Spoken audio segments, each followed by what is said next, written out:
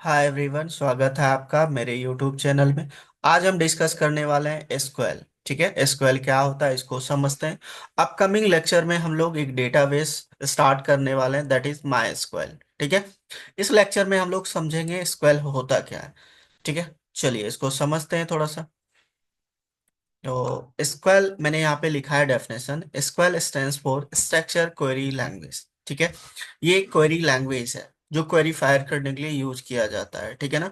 अब इसका यूज क्या है, ये देखो कोई डेटाबेस नहीं है। पॉइंट नंबर वन माइंड में आप लोग बैठा लेना कि ये कोई डेटाबेस नहीं है। ये एक लैंग्वेज है, सिंपल लैंग्वेज है जिसका हर एक डेटाबेस इसको यूज करता है, जिसका यूज हर एक डेटाबेस करते हैं। ठीक है ना। जैसे माई स्क्वेल हो गया, ओरेकल हो गया, कोई भी डेटाबेस है ये स्क्वेल क्वेरी लैंग्वेज को ही यूज करता है। क्लियर है पॉइंट। तो मैंने यहाँ पे सेकंड पॉइंट लिखा है, it is a special kind of programming language that is use to communicate with a database. ये एक ऐसा प्रोग्रामिंग लैंग्वेज है जिसका यूज करते हैं डेटाबेस से कम्युनिकेट करने के लिए, डेटाबेस से बात करने के लिए। अब बात कैसे करोगे डेटाबेस से, या तो डेटा इंसर्ट करोगे, या रीड करोगे, अपडेट करोगे, डिलीट करोगे। क्लियर है। इस चीज के लिए हमें एसक्यूएल क्वेरी लैंग्वेज यूज करना है होता है। क्लियर है पॉइंट। अब नेक्स्ट पॉइंट की, structure query language programming language है which is use to talk with a database. Clear है पॉइंट। जैसे प्रोग्रामिंग लैंग्वेज और भी है, जैसे आपका जावा आ गया, आपका डॉट नेट हो गया, ये सब क्या है, प्रोग्रामिंग लैंग्वेज। ठीक है ना। उसी तरीके से आपका स्ट्रक्चर क्वेरी लैंग्वेज क्या है, एक प्रोग्रामिंग लैंग्वेज है जिसका यूज करते हैं डेटाबेस से हम लोग बात करने के लिए, बोल सकते हो कम्युनिकेट करने के लिए। ठीक है। नेक्स्ट थर्ड पॉइंट लिखा है, every relational database software interact with a language known as SQL। every relational database software जैसे MySQL हो गया। तो MySQL के अंदर जो हम लोग क्वेरी फायर करते हैं ना, वो बेसिकली MySQL क्या यूज करता है, वो SQL क्वेरी लैंग्वेज को यूज करता है। ठीक है, because it is a simple English like language which which guidelines are provided by standard organization ANSI। Clear point. ये जो आपका है अमेरिकन नेशनल, नेशन बोलते हैं नेशनल स्टैंडर्ड इंस्टीट्यूट। क्लियर है पॉइंट। तो ये बेसिकली गाइडलाइंस इसको प्रोवाइड करता है। ठीक है, और इस गाइडलाइंस, इस क्वेरी लैंग्वेज को सारे वेंडर वेंडर जैसे जितने भी सॉफ्टवेयर हैं, डेटाबेस सॉफ्टवेयर, वो सारी स्ट्रक्चर क्वेरी लैंग्वेज को ही फॉलो करते हैं। Clear and point. अब स्ट्रक्चर क्वेरी लैंग्वेज ना बहुत डिफिकल्ट था, अगर जहाँ उसके अंदर क्वेरी देखा जाए तो बहुत डिफिकल्ट था।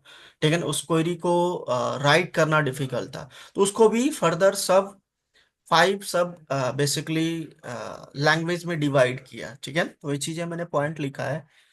SQL SQL is a very complex language. To reduce its complexity, it can subcategory into five सब लैंग्वेज। चलिए देखते हैं किस किस फाइव लैंग्वेज। तो फर्स्ट है यहाँ पे DDL। DDL का स्टैंड क्या होता है, मतलब DDL का डेफिनेशन क्या होता है, stand for data definition language, जिसके अंदर आपका आता है create, drop, truncate, alter, rename. Create कर सकते हो, ड्रॉप कर सकते हो टेबल को, ट्रंकेट मतलब डेटा आप डिलीट कर सकते हो, टेबल का स्ट्रक्चर रहेगा, ऑल्टर कर सकते हो, रीनेम कर सकते हो। ठीक है। नेक्स्ट आपका second DML stands for data manipulation language, जैसे कि इंसर्ट करना है, अपडेट करना है, डिलीट करना है, ये तीनों चीजें आपका आता है DML के अंदर। क्लियर है। DQL थर्ड है, stands for data query language, जिसके अंदर आता है आपका सेलेक्ट। सेलेक्ट मतलब डेटा को देखना, रीड करना। क्लियर है।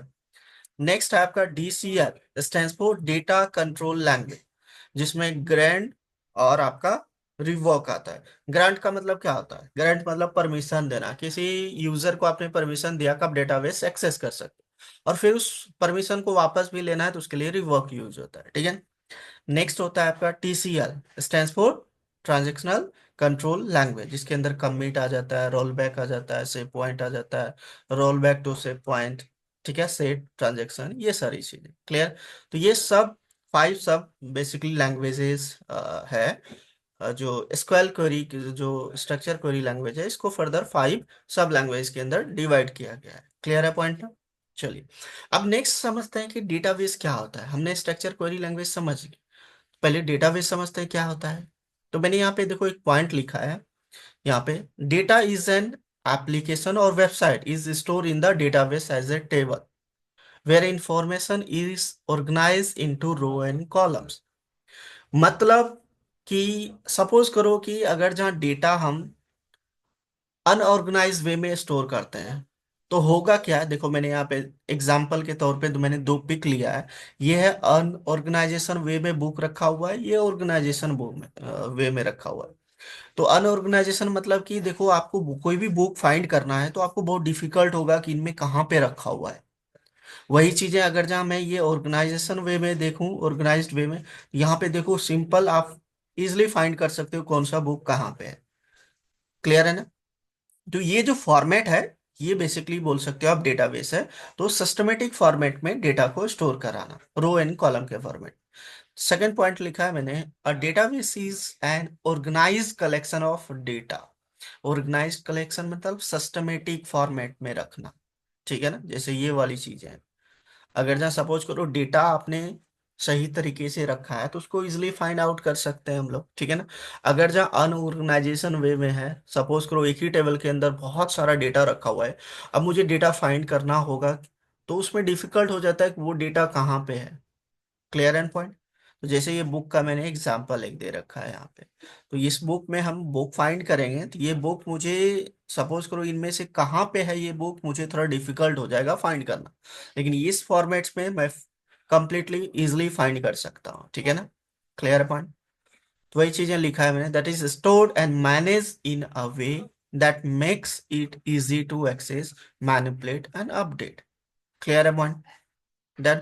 जैसे नेक्स्ट मैंने यहाँ पे लिखा है, देखो ऑर्गेनाइज्ड वे में, जैसे नेम, जो आपका कॉलम का नेम है, नेम जो, नेम के अंदर नीचे जस्ट नेम है, ईमेल के नीचे ईमेल है, पास के अंदर पास है, कंट्री के अंदर कंट्री है, स्टेट के नीचे स्टेट है, फोन नंबर के नीचे फोन नंबर है। ये बेसिकली ऑर्गेनाइज्ड वे में देखो यहाँ पे रो कॉलम के फॉर्मेट में डेटा को स्टोर किया गया है।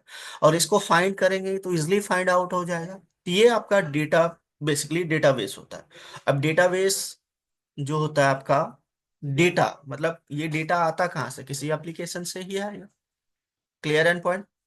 अब इस इसको बेसिकली इस टाइप की फॉर्मेट में हमें डेटा को स्टोर कराना है, तो उसके लिए कौन सी डेटाबेस यूज करेंगे, हम तो समझ गए डेटाबेस क्या होता है ऑलरेडी।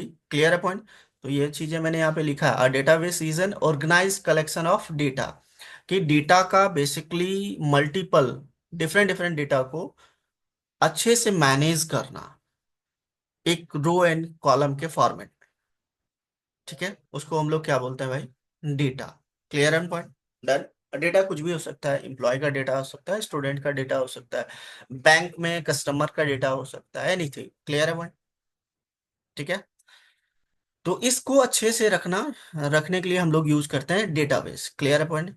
अब डेटाबेस जो होता है बेसिकली डिफरेंट डिफरेंट टाइप के होता है। ये चीजें जो ऑर्गेनाइज्ड वे में रखे हैं डेटाबेस के अंदर डेटा, इसलिए फाइंड आउट कर सकते हैं। अब डेटाबेस कौन कौन से होते हैं, जैसे मैंने यहाँ पे लिखा है माई स्क्वेल, पोस्ट एसक्यूएल होता है, ओरेकल होता है, Microsoft SQL server, MongoDB.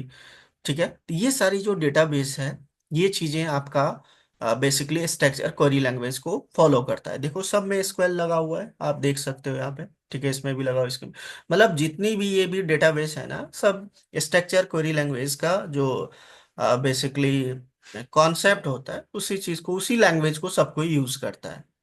Clear and point, सारी डेटाबेस। क्लियर है। तो अपकमिंग लेक्चर में हम लोग जो स्टार्ट करेंगे ये है माइस्क्वेल डेटाबेस, ये मैं ये स्टार्ट करने वाला हूँ। और ए से लेके जेड तक कंप्लीट हम लोग माइस्क्वेल डेटाबेस करने वाले हैं। ठीक है ना। क्लियर है पॉइंट। तो लेक्चर में आप लोग बने रहिए, तो हम लोग कंप्लीटली स्टार्ट करेंगे। तो कल हम लोग देखने वाले हैं माइस्क्वेल होता क्या है, how to install and how to create database. Further हम बहुत सारी क्वेरीज होता है, we will discuss one by one in the upcoming lecture. ठीक है।